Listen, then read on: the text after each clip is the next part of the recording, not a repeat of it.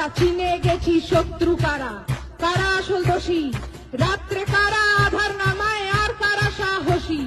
সুরক্ষা চাই, স্বাধীনতা চাই, জানতে চাই। অনেকে বলে বেড়াচ্ছে না আমি টাকার কথা বলেছি, আমি মোটেই বলিনি।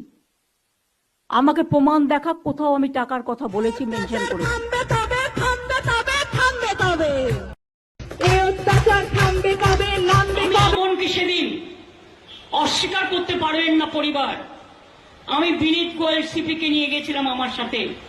যদি বাবা মার কোনো সন্দেহ থাকে তাদের থেকে তার কথা শুনবার জন্য আমি প্রায় 1 ঘন্টা ছিলাম। আমি এটাও বলেছিলাম যে দেখুন আমাদের একটা কর্তব্য আছে, মেয়েটি তো আর ফিরে আসবে না, ওর নামে যদি আপনারা কিছু করতে চান করতে পারেন, যা টাকা লাগবে আমি দেব। একটা কম্পেনসেশন, যারা বলছেন কম্পেনসেশন দেওয়ার কথা তাদের বলে রাখি, এটা আমার বলা আছে। হ্যাঁ, আমরা 10 লক্ষ টাকা তো দিতেই পারি পরিবার। থামবে কবে, থামবে কবে, এই অত্যাচার থামবে কবে, থামবে কবে।